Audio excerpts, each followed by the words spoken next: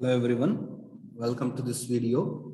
In the previous video, we proved a very important result, which is the Cauchy's residue theorem. Right? So just we shall recall it. Recall Cauchy's residue theorem. Cauchy's residue theorem. So it states that suppose f of z is analytic in a region omega except for isolated singularities ages, then 1 by 2 pi I integral f of z dz over gamma will be equal to summation index of aj with respect to gamma into residue of f of z at z is equal to aj, where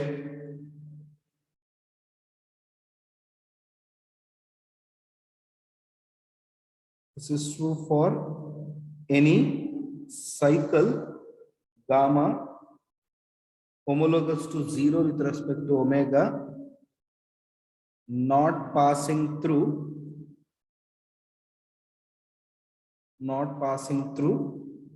any ages, and where the summation on the right hand side, so the summation runs for those j values for which ages are enclosed by gamma, right? So Cauchy's residue theorem says that if a function is analytic in some region omega and some ages are isolated singularities of f in omega, then the integral f of z dz over the cycle gamma is summation index of aj with respect to gamma into residue of f of z at z is equal to aj, where the summation, the right hand side summation is taken over those j values for which ages are enclosed by gamma, because we know that index will be non-zero whenever a point is enclosed by that cycle or closed curve. Otherwise it will be 0 if it is not enclosed. That is, if I say this is a closed curve gamma, if point aj is inside gamma, then only index is non-zero, it is some positive value. Otherwise it will be 0. That is, whenever aj is outside gamma, index will be 0. So that means whenever ages are outside gamma, so this term will be 0. So if this is 0, the corresponding term with respect to aj will be 0. So no need to consider those 0 terms in the summation. So we neglect those ages which are not enclosed by gamma, or we'll consider only those ages which are enclosed by gamma for which the index will be non-zero. So this is the Cauchy's residue theorem. So we can observe that, so integral of any analytic function is expressed in terms of residues at the isolated singularities. So Cauchy's residue theorem helps us in evaluating the line integral over any closed arc or over any cycle using the residues at the isolated singularities. So if you calculate the residues at the isolated singularities, if I can calculate the residues at the isolated singularities, then I can easily evaluate any line integral of f of z over any closed arc very easily. So using just residues. Now the question is how to calculate residue at the isolated singularity. So anyhow, we defined the method, right? Cauchy's residue theorem gave a method to evaluate line integral using residues. Now the question is how to calculate residue of an analytic function at an isolated singularity. How to calculate this? So to calculate this, next we shall find a formula. In particular, so Aj is any isolated singularity. But we know that isolated singularities are broadly classified into three types: poles, essential singularities, and removable singularities. In particular, the isolated singularity Aj is a pole, then we shall see how to calculate residue of f of z at A. So we shall learn, or we shall derive a formula to calculate residue of a function at an isolated singularity whenever it is a pole. So we shall discuss only a particular case where the isolated singularity is a pole, right? Okay. So now in this Cauchy's residue theorem, gamma is any cycle which is homologous to 0. So in particular,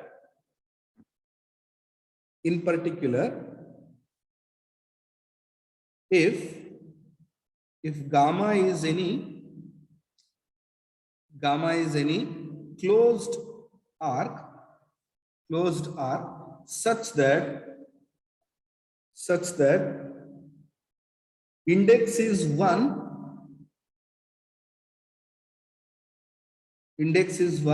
for those j values for which AJs are enclosed by gamma, then the Cauchy's residue theorem takes the form. So if I assume gamma is just a closed arc such that index is 1 for all AJs which are enclosed by gamma, right? So for all points inside gamma, so for all AJs inside gamma, index is 1. So assume this. Then the Cauchy's residue theorem takes the form 1 by 2 pi I integral f of z dz over gamma will be summation eta gamma AJ, that is index of AJ with respect to gamma. So it will be 1. Just we are remained with residue of f of z at z is equal to AJ. So this will be the modified Cauchy's residue theorem whenever the index is 1 with respect to each isolated singularity AJ enclosed by gamma. So hence, whenever gamma is just a closed curve with index 1 for all AJs enclosed by gamma, Cauchy's residue theorem helps in expressing any line integral in terms of sum of residues. So this will be a very important result in evaluating line integrals, in particular over closed arcs. Right? Next, okay, now we shall note that the poles of an analytic function,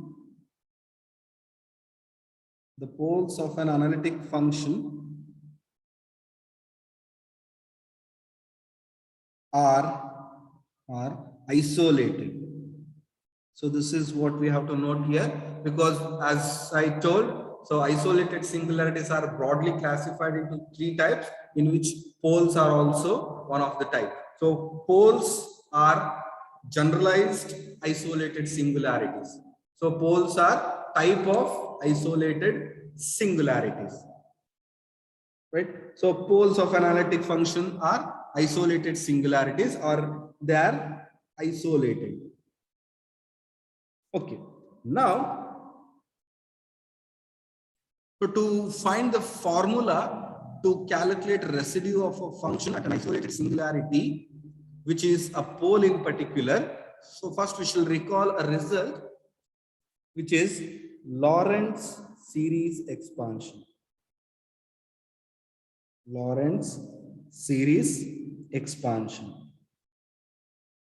So it states that let f of z be an analytic function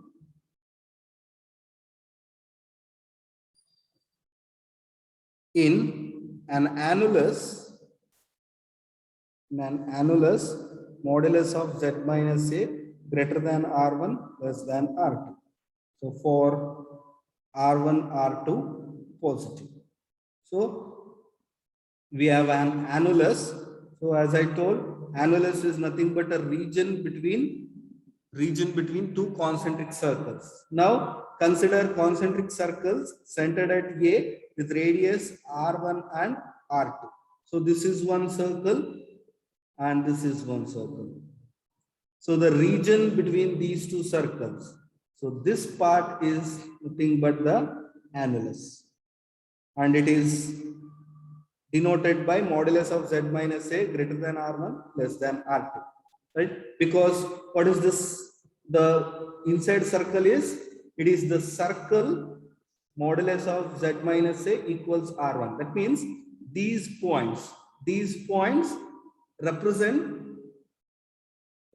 the points which are at a distance r1 from the point A. So these are all the points which are at a distance r1 from A. I need points outside this.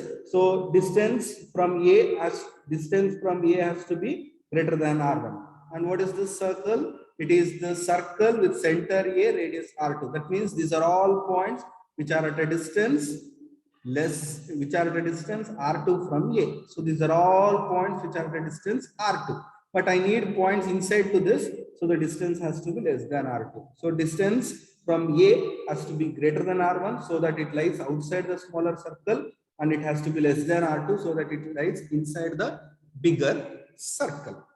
Right? So f of z is given to be analytic function in this annulus. Then by Lorentz series expansion, f of z can be represented as series bn into z minus a whole to the power n, where n runs from minus infinity to plus infinity, which is called the Lorentz series expansion of f of z in the annulus modulus of z minus a greater than r1 less than r2. So if f of z is analytic in this annulus, then f of z can be represented as this series in this annulus. So this expression holds in the annulus modulus of z minus a greater than r1 less than r2. Right? But then, so you can observe this series runs from minus infinity to plus infinity. That means this series runs for all integer values. So I'll separate it. So first I'll write the summation for all non-negative integers. So n running from 0 to infinity. So then what is remaining? So it runs for all integers, where I separated the non-negative indices. Now the remaining are the negative indices. So it runs for b minus n, z minus a whole to the power minus n. N runs from 1 to infinity.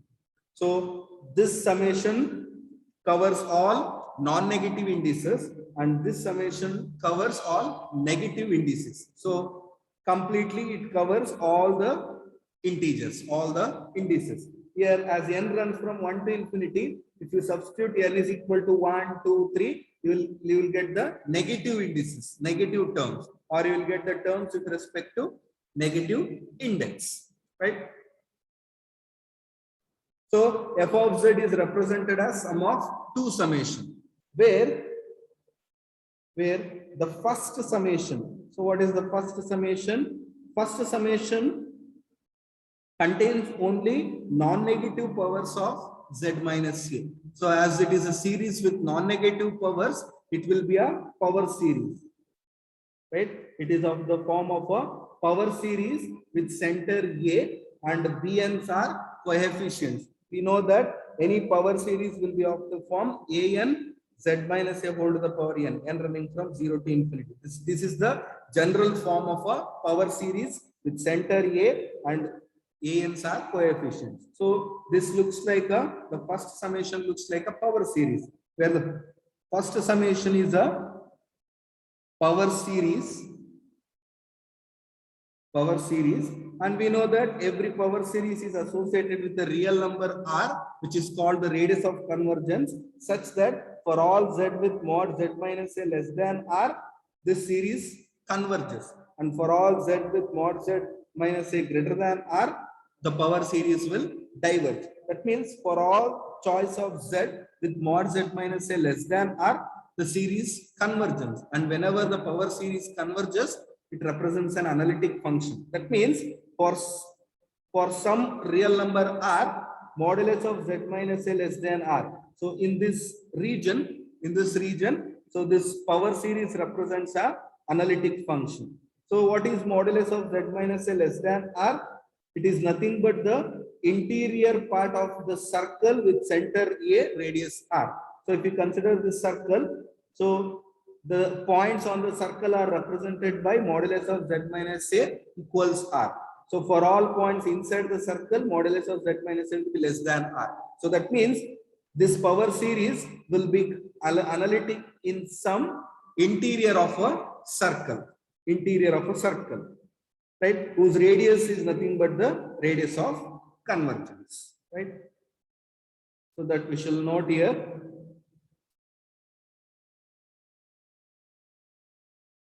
Okay, where the first summation is a power series which will be analytic,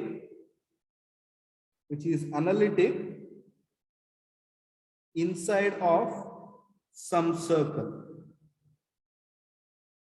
And what about the second summation? So first summation contains only non-negative powers. The second summation contains negative powers. The second summation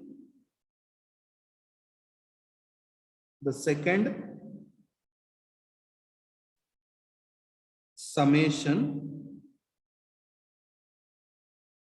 contains negative powers of the factor z minus a is called the principal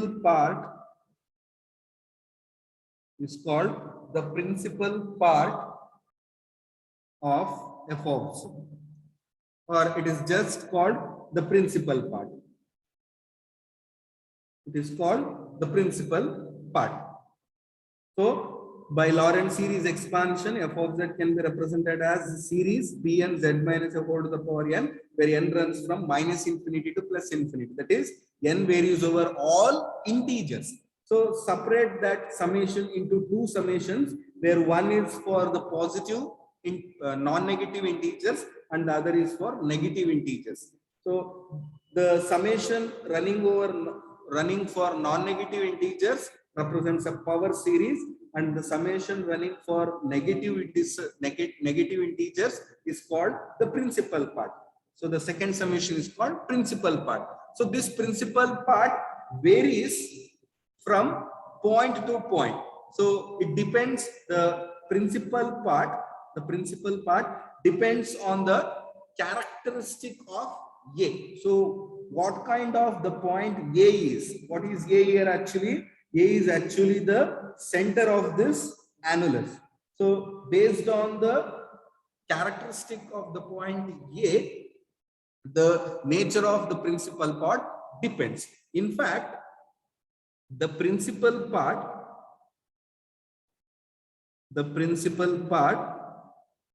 is an infinite sum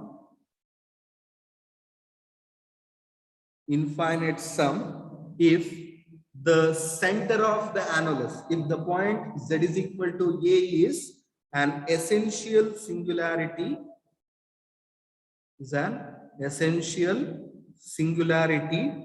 of f of z. So if the center of the annulus, that is, if the point z is equal to A is an essential singularity of f of z, then the principal part contains infinite terms. It will be an infinite sum. That means it will contain infinite terms. Whereas the principal part is a finite sum It will be a finite sum if the point A is a pole of f of z. Is a pole of f of z. So that is, whenever the point z is equal to a is a pole of f of z, then the principal part contains only finitely many terms. That is, the principal part, the second summation, contains only finite terms. It will be a finite sum. So it is a finite sum, so it should contain some definite number of terms. And what could be that number of terms? It is equal to further the number of terms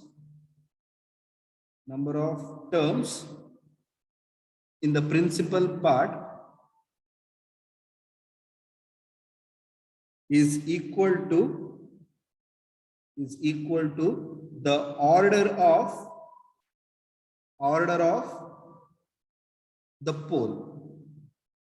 of the pole, So whenever z is equal to a is a pole of f of z, the principal part contains only finitely many terms, and that number of terms will be equal to the order of the pole, right? Okay, so this is the basic idea. This is the basic idea behind the formula of residue of an analytic function at a isolated singularity, which is a pole. So now we shall derive a formula to find residue of an analytic function at an isolated singularity,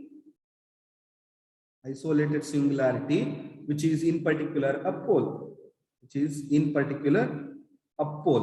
So whenever the isolated singularity of the function f is a pole, so we shall calculate the residue, right? So here we will define formula for calculating residue at poles only, right?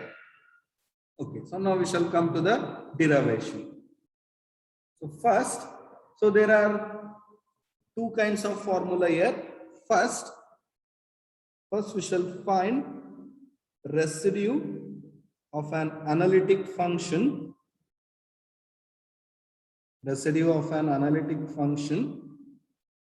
at a simple pole. So simple pole means it is a pole of order 1. Simple pole means pole of order 1. So first of all, recall what is a pole. What is a pole? So pole is a singularity. That is, it is a point at which f fails to be analytic, right? A pole is a singularity. Okay, I can define like this.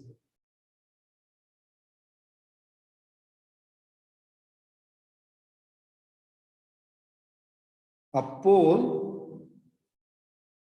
z is equal to a of an analytic function is a singularity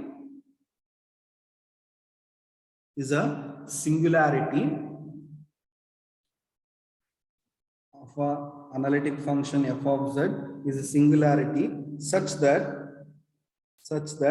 limit f of z as z approaches a is infinity. Suppose as z approaches a, f of z tends to infinity, then we'll say point z is equal to a is a pole of f of z.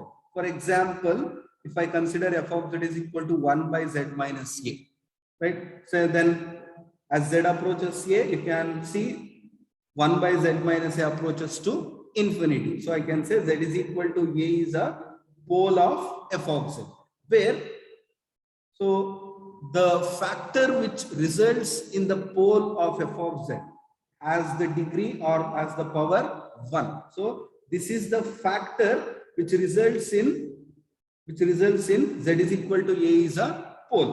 So its power is 1. So we will say z is equal to a is a pole of order 1. Suppose the power of this factor is 3. Power of this factor is 3. So then we will say z is equal to a is a pole of order 3. So the power of the factor which results in the pole, is the order of that pole. Here, if I put z is equal to a, f of z tends to infinity. So I will say a is a pole of f of z, and the factor which results in the pole as the degree, as the power 3. So order of that pole is said to be 3. So this is called the order of pole. So how many number of times that factor repeats? So that number is called the order of that pole. So this is similar to order of a 0. So 0 means, for example, x minus 1 whole square is equal to 0. So if I put x is equal to 1, so this function reduces to 0. So that means x is equal to 1 is a 0 of this polynomial. So x minus 1 factor repeats 2 times. So I can say x is equal to 1 is a 0 of order 2, right? So the same idea in pole also. So how many number of times a factor which results in the pole? So that number is called the order of the pole, right?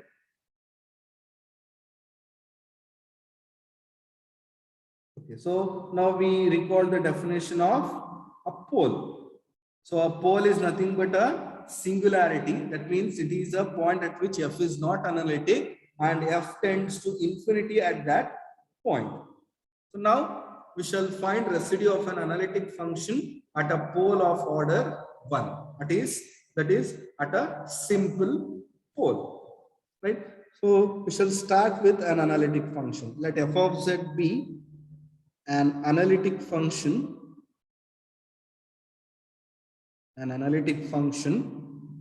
with a simple pole at z is equal to a. So that is, f is an analytic function and z is equal to a is a simple pole. So as we recalled earlier, so poles of analytic functions are isolated singularities. So then z is equal to a is an isolated singularity of f. So as it is an isolated singularity, as the name indicates, so isolated means being separated. So isolated singularity means it will be separated from other singularities, or mathematically we will say z is equal to a is an isolated singularity means we can find a neighborhood around a in which there are no other singularities. So we can find a neighborhood around a in which there are no other singularities. Because a is already a singularity, so except a there will be no other singularities. So right, but then there exists a delta positive such that f of z will be analytic in the deleted neighborhood modulus of z minus a greater than 0 less than delta. So it will be analytic in this neighborhood except a, because a is an isolated singularity means there is a neighborhood around a in which there are no other singularities. So there are no singularities means, so at all points, singularities means what? They are points at which f is not analytic. So this neighborhood contains no singularities means there are no points at which f is not analytic. So at all the points in this neighborhood, f has to be analytic and except a, because a is already a singularity. So f is analytic in this neighborhood except at a. That is, f is analytic in the deleted neighborhood. That is, in a neighborhood, if you neglect the center, then it is called a deleted neighborhood. So modulus of z minus has to be greater than 0. That means modulus of z minus a cannot be equal to 0. That means z cannot be equal to a. So at z is equal to a, except z is equal to a, at all rest of the points in this neighborhood, the function is analytic. So now note that it is a deleted neighborhood. So, and all deleted neighborhoods are annulus, because what is deleted neighborhood? It is collection of all points in this neighborhood except the center. So this center can be regarded as a point circle. So this is one circle with radius 0, and this is one circle with radius delta. So I'm collecting all the points in between the point circle and this circle. So collecting points between two concentric circles is nothing but an annulus. So it is nothing but an annulus. So f of z is analytic in an annulus. So now we shall use the Lorentz series expansion. So initially we recall the Lorentz series expansion, right? So Lorentz series expansion says that if f of z is analytic in some annulus, then in that annulus, f can be represented in the series form, right? So now we shall use the Lorentz series expansion, right? Then by Lorentz series expansion,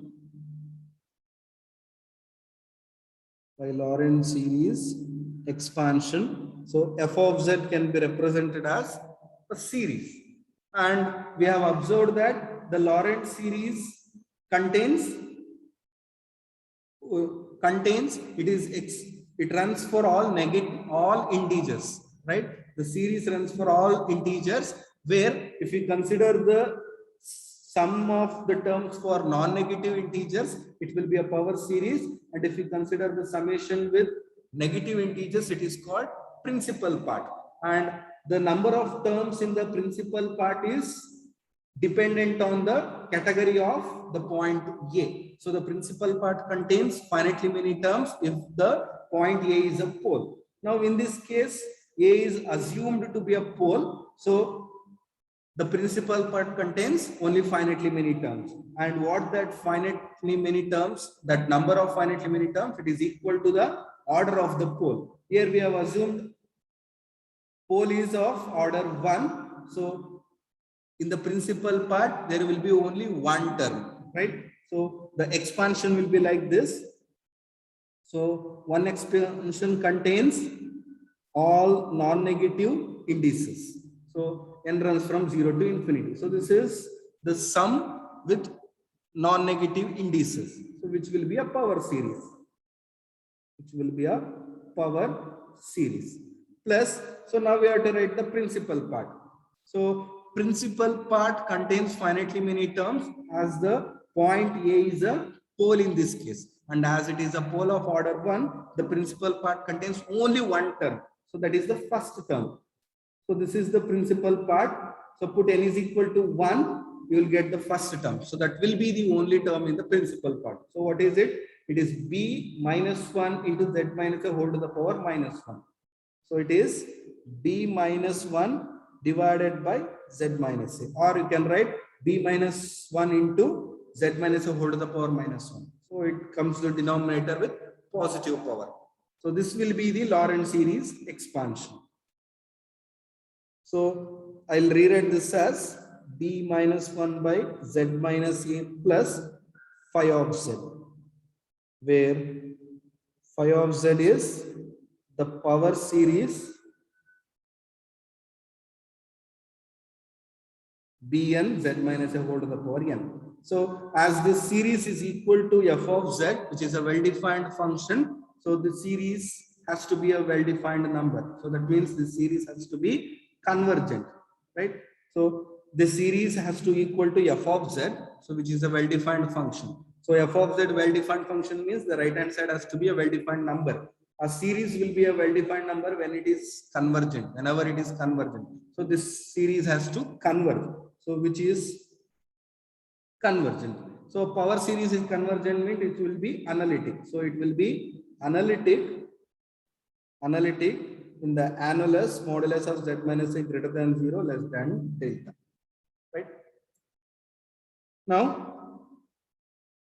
f of z minus b minus 1 divided by z minus a equals phi of z, right? So now what we are trying to find, we are trying to find the residue of the function f of z at the isolated singularity A, right? So first we shall recall what is the residue, right? the residue of an analytic function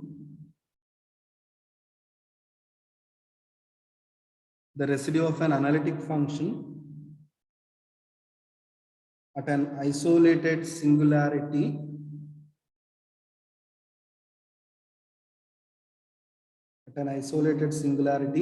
z is equal to a is the unique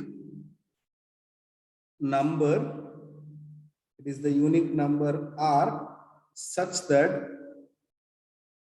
or it is the unique number r which makes the function f of z minus r by z minus a to represent an analytic, or to represent derivative of some analytic function.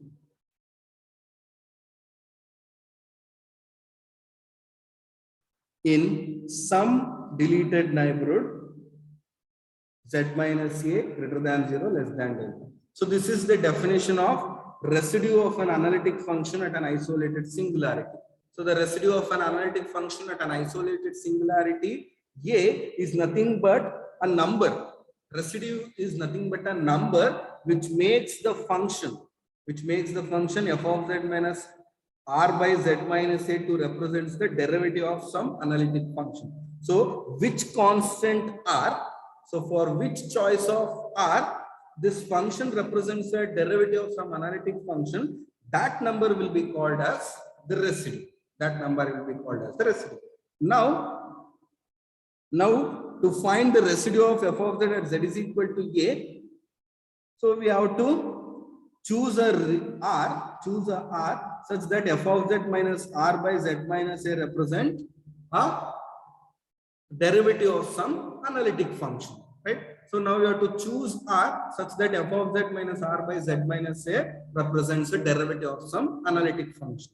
Now observe that this equation, the left hand side is similar to the function which we need. Just the change is, in place of r we have b1. So if we are successful in proving f of z minus b minus 1 by z minus a, so if we prove that this represents a derivative of some analytic function, then by the definition this constant b minus 1 will be nothing but the residue. So it will nothing but become residue. So now it is enough to prove this function represents the derivative of some analytic function, or as it is equal to phi of z, it is enough to prove phi of z is the derivative of some analytic function. So now just we shall try that. Right? So for that, recall one more result. Let f of z be a continuous function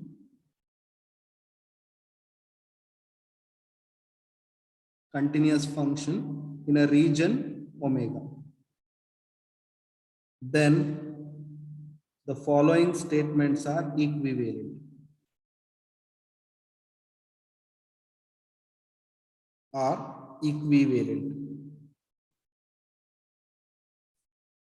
So first statement is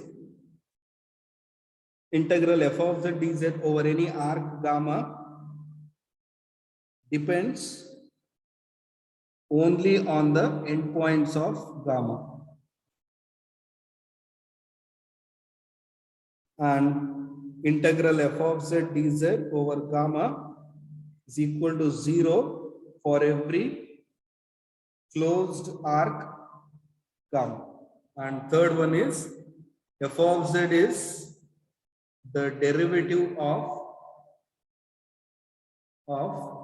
some analytic function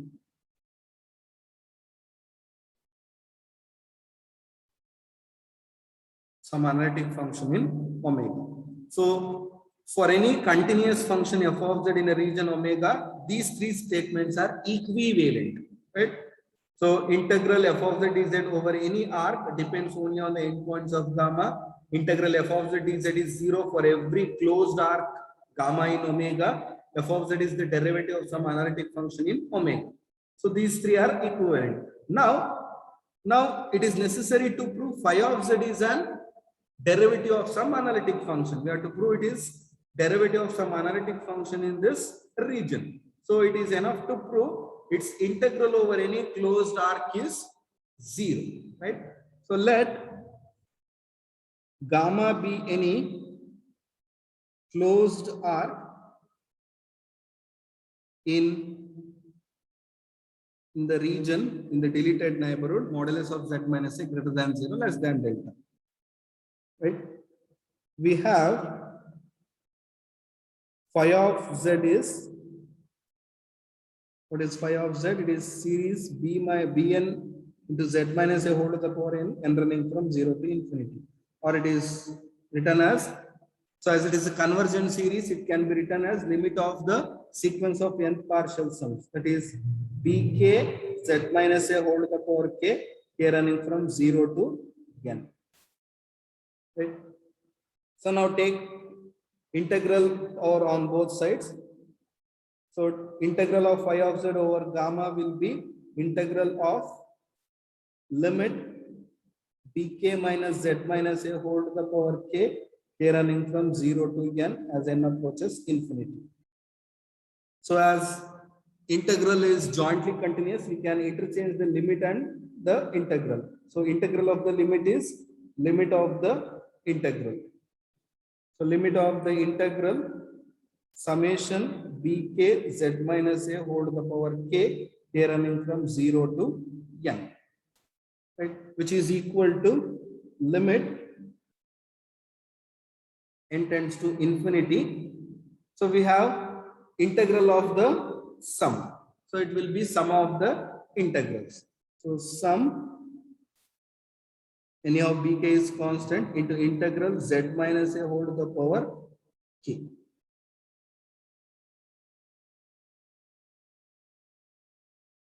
Right? So k running from 0 to n, integral over gamma. Now note that integral z minus a whole to the power k for gamma is 0 for all integers k except k is equal to -1. This is because since z minus a whole to the power k is the derivative of the analytic function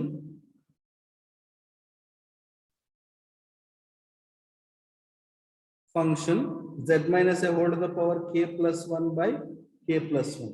So if you differentiate this function, you will get z minus a whole to the power k. So as z minus a whole to the power k is the derivative of this analytic function, integral of this function over any closed arc will be 0. So once again, I am using this result. So as whenever f of z is the derivative of some analytic function, its integral over any closed arc is 0. So here z minus a whole to the power k is the derivative of this analytic function. So its integral over any closed arc will be 0.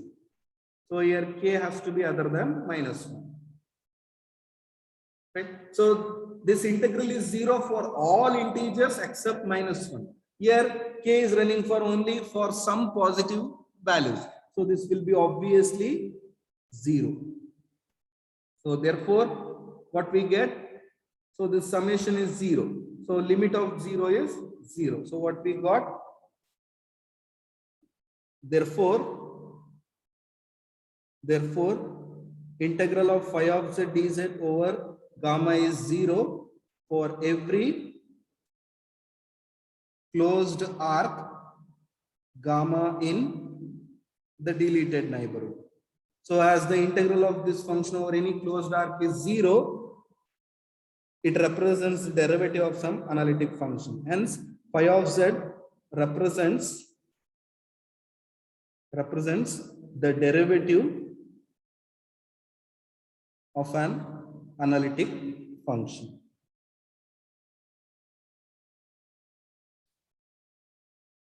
In this deleted number. Once again, I'm using the equivalence of these two statements. So as integral of phi of z was 0 for every closed R, so phi of z will represent derivative of some analytic function, right? So we got phi of z to represent phi of z represents the derivative of an analytic function in this. But what is phi of z? Phi of z is nothing but this function. So hence, therefore, f of z minus b minus 1 by z minus a represents the derivative of an analytic function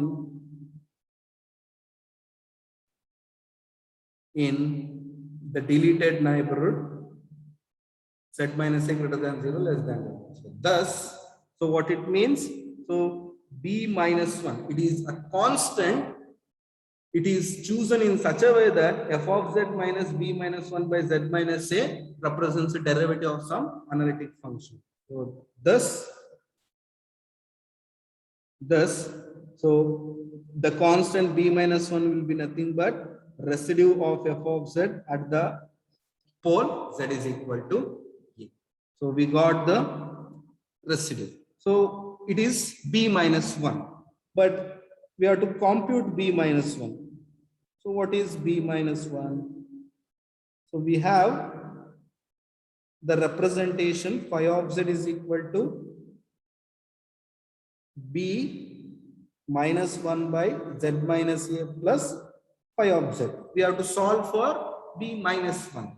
So now multiply this equation by z minus a. So f of z into z minus a equals b minus 1 plus phi of z. So which implies, so put z is equal to a. Then what happens for phi of z? So what is phi of z? It is summation b minus bn into z minus a whole to the power n, and then from 0 to infinity. So phi of a will be 0, because put z is equal to a, this whole summation reduces to 0. So put z is equal to a, then this term will be 0. So only the left hand side will be b minus 1 and into f of z minus a at z is equal to a. Okay. So we don't know what is f of z, so we shall keep this term as it is at z is equal to a. Or f of z is an analytic function, so it is continuous. So it is f of z into z minus a is a continuous function. So f of z into z minus a at z is equal to a is nothing but limit f of z into z minus a as z approaches a. So this is the formula to calculate the residue of the function f of z at the pole a. So that is residue of f of z at z is equal to a is limit f of z into z minus a as z approaches a. So hence we got the formula to calculate residue of a function at a simple pole. Whenever a is a simple pole of f of z, then residue of f of z at z is equal to a is nothing but limit f of z into z minus a as z approaches a. So this is in case of a simple pole. Now we shall generalize it. Suppose we have a pole of order say h. So what could be the formula?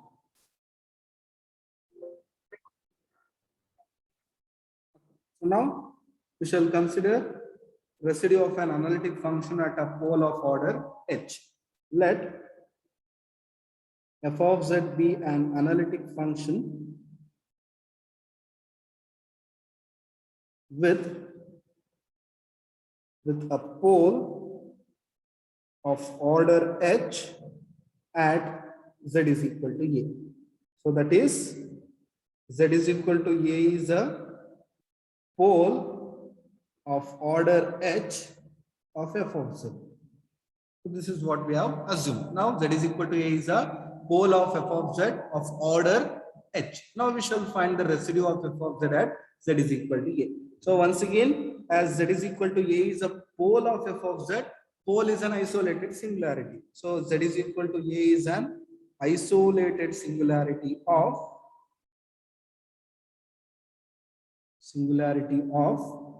f of z, right? But then, so as it is an isolated singularity, we can find a neighborhood around that point in which there are no other singularities. So that means f will be analytic, completely analytic in that neighborhood except a. So there exists a delta positive such that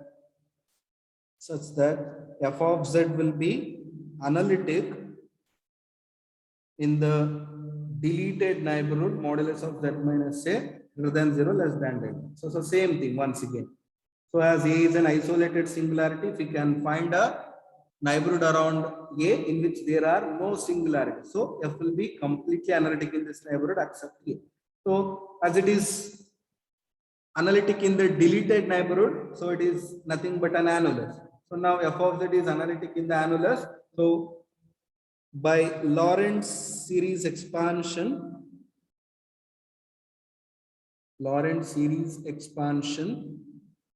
so f of z will have the representation.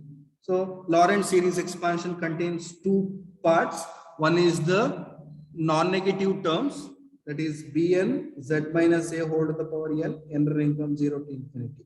So this forms the non-negative part, that is the part with non-negative indices, right? So which forms a power series. Now, what about the principal part?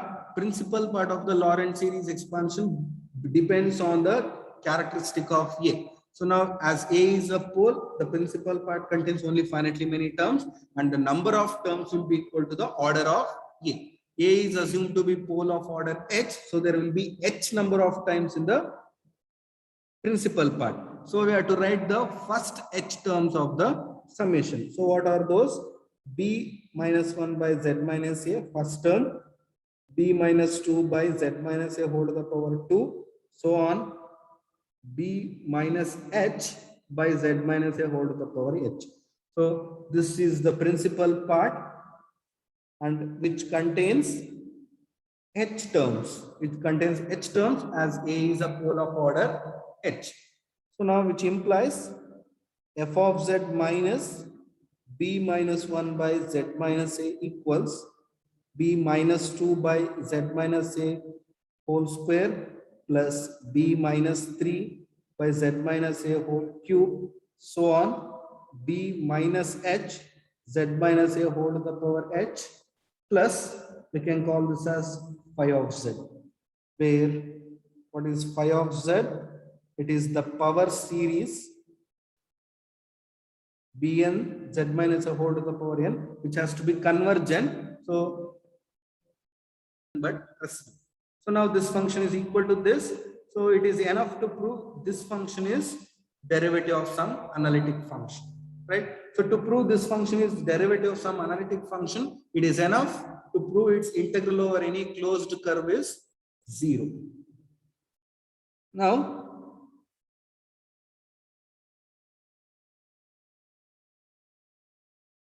for any closed arc gamma in the annulus, consider integral of b minus 2 by z minus a whole to the power 2 plus b minus 3 into z minus a whole to the power 3, so on, b minus h by z minus a whole to the power h plus phi of z. So consider the integral of this function over any closed arc. So it is equal to, you can split this. So b minus 2 into dz by z minus a whole to the power 2 over gamma plus b minus 3 integral dz by z minus a whole cube over gamma, so on, integral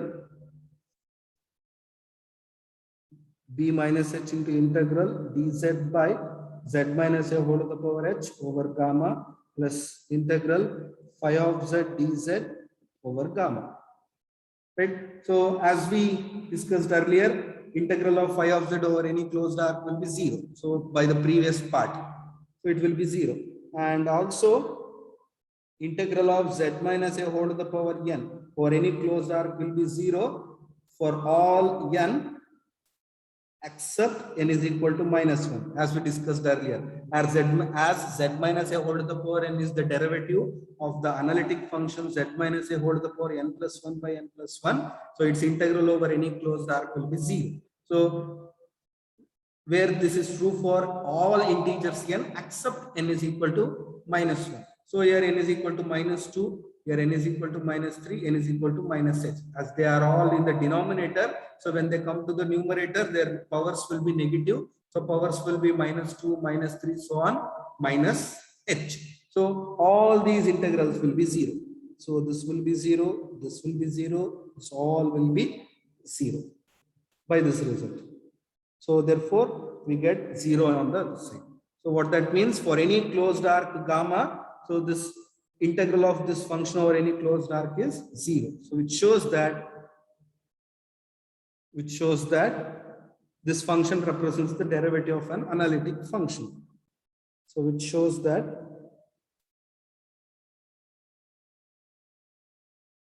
the function b minus 2 by z minus a whole square plus so on b minus h by z minus a whole to the power h plus phi of z represents the derivative of an analytic function.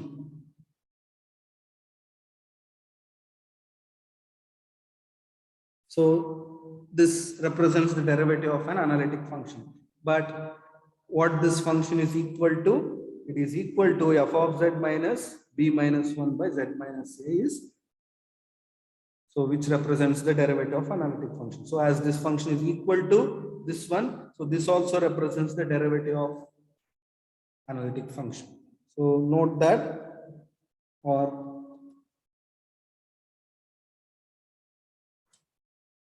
hence f of z minus b minus 1 by z minus a represents the derivative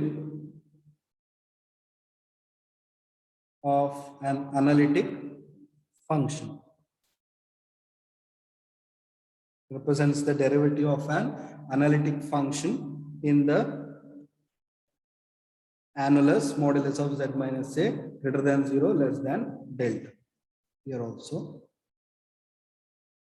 So hence, so b minus 1 is a constant which makes the function f of z minus b minus 1 by z minus a to represent the derivative of some analytic function. So thus, the constant b minus 1 is nothing but residue of f of z at z is equal to e.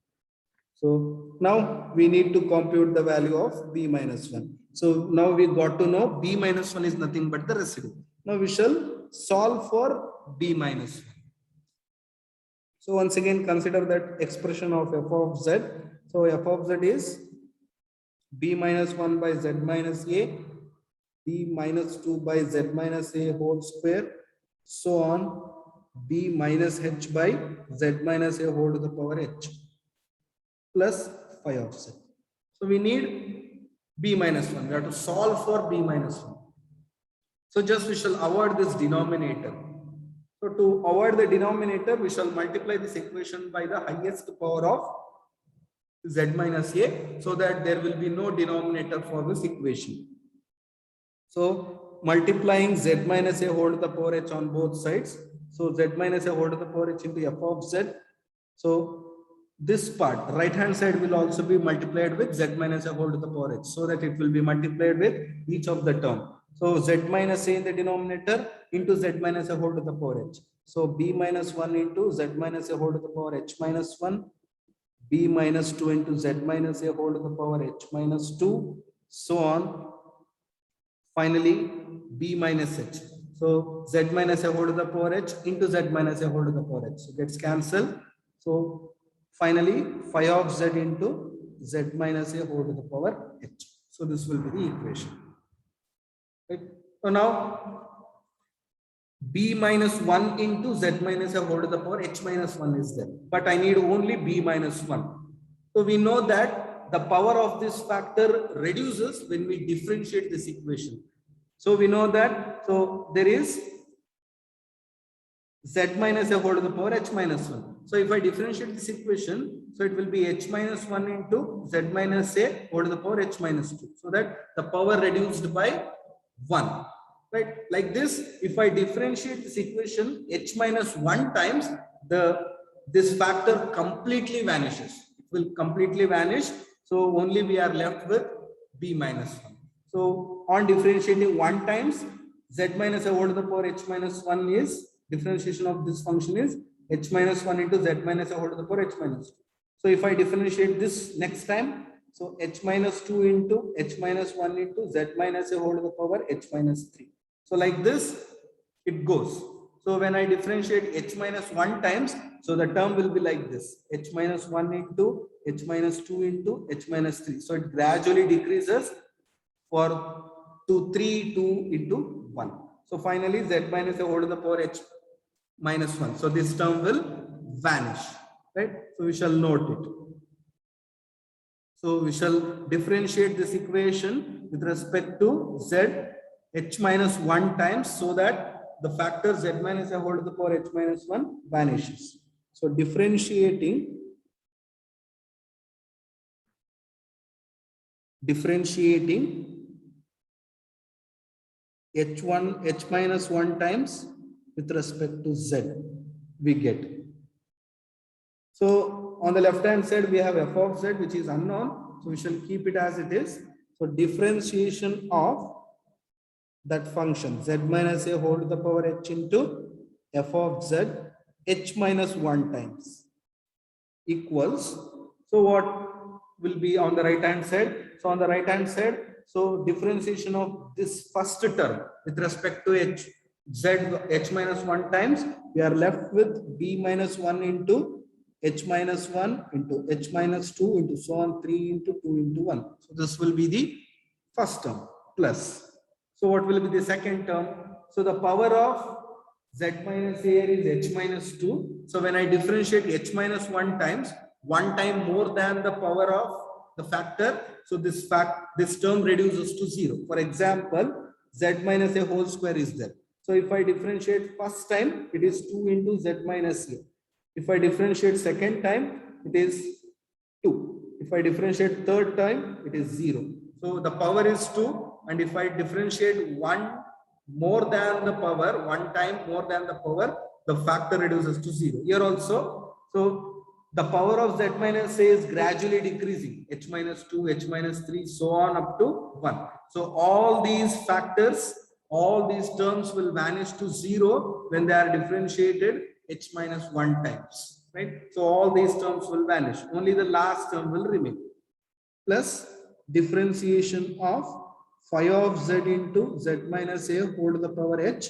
How many number of times? H minus 1 times. So that is differentiation of z minus a whole to the power h into f of z h minus 1 times equals b minus 1 into, so what is this factor? 1 into 2 into 3 up to h minus 1. It is h minus 1 factorial plus differentiation of phi of z into z minus a whole to the power h minus 1 times. Now put z is equal to a. Put z is equal to a. If I put z is equal to a, so observe this factor, this term.